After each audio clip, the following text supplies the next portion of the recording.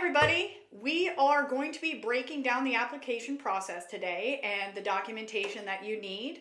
I'm Kristin. I'm the leasing agent here at One Focus Property Management, and I am here with Jen Rippey, our bomb.com senior portfolio advisor. So let's talk about the documents we need so that way their application can go as quickly and smoothly as possible. Sure. Let's start right at the top.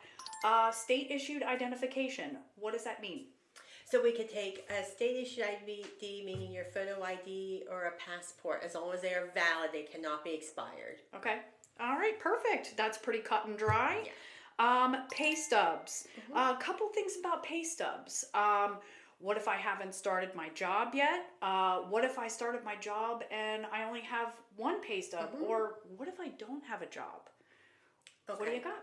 So income, how we verify income is that we're going to need if you do work and you have your pay stubs, 2 of your most recent pay stubs. And so we need to see those. If you haven't started your job yet, we would need an offer letter from your employer on their company letterhead stating, your date of hire, your hourly wage, and how many hours you'll be working per week. So we need that to verify income as well. So if you do only, like you said, only started a job, you only have one pay stub, upload that, and then something from your employer stating what your salary and wages are. Okay. What about assets? Because I know sometimes we have people that come to us and they're like, hey, I have, some kind of a trust fund or something like that. How do we do that? And we can do that. We can use your assets as income. What we would need to see is your assets have to equal at least 4.5 times the rent for your lease for the whole lease term. Okay. So if your rent is $500 a month, times that by 12, $6,000, we need to take that times 4.5. That's the amount you're going to need to have in the bank, showing that you have assets that you can pull that money from if need be. Okay. So it's money that's in the bank or something that you can get from a Roth or an IRA, 401k. We don't use like a house. You can't pull money from your house right away. You can't put it on the market and hope to sell it quickly. So we need liquid assets that you can pull from right away. Okay.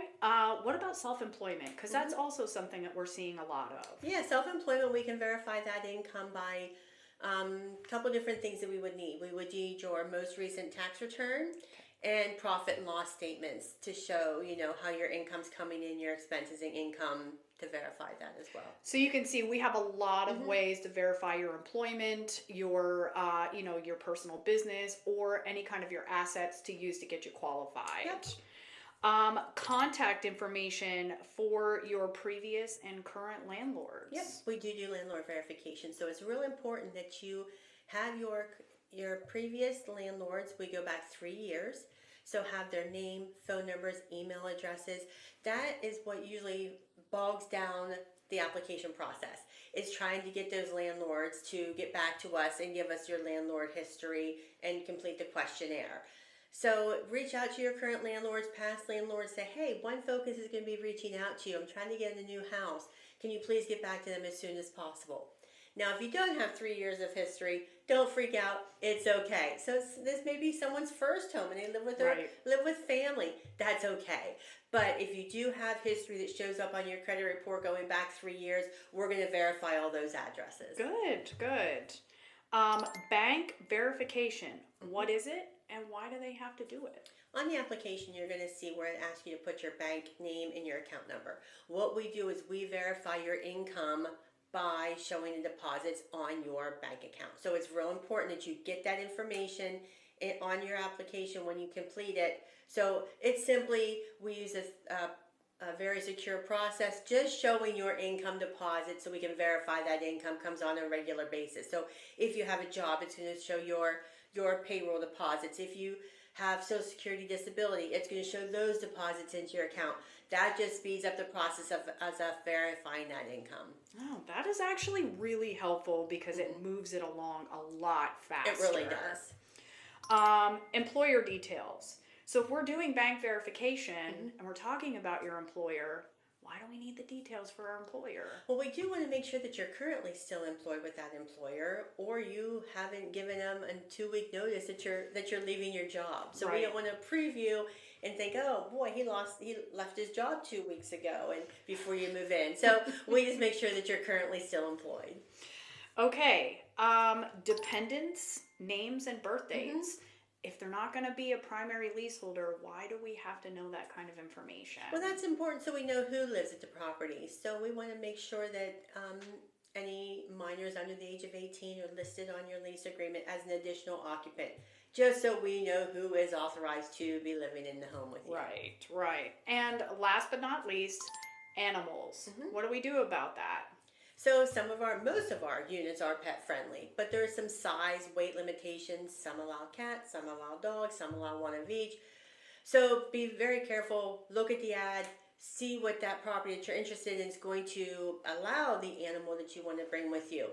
And there is a link that you'll have to go to petscreening.com and complete all the information for the pet, upload vet records, put the name, the weight, the age, all that information so we can verify that pet.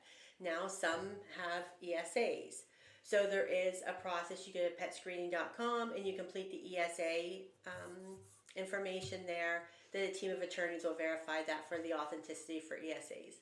So if you have that prescription for an emotional support animal or something for a service animal, you would just need to make sure that you have an updated copy of that so it goes right into your pet screener. Yeah. That is a lot of good information, and we do ask for a lot of information, but if you use this list and gather all of your documents, it is absolutely going to make your application go a lot faster so we can get to approval and get you into your new home.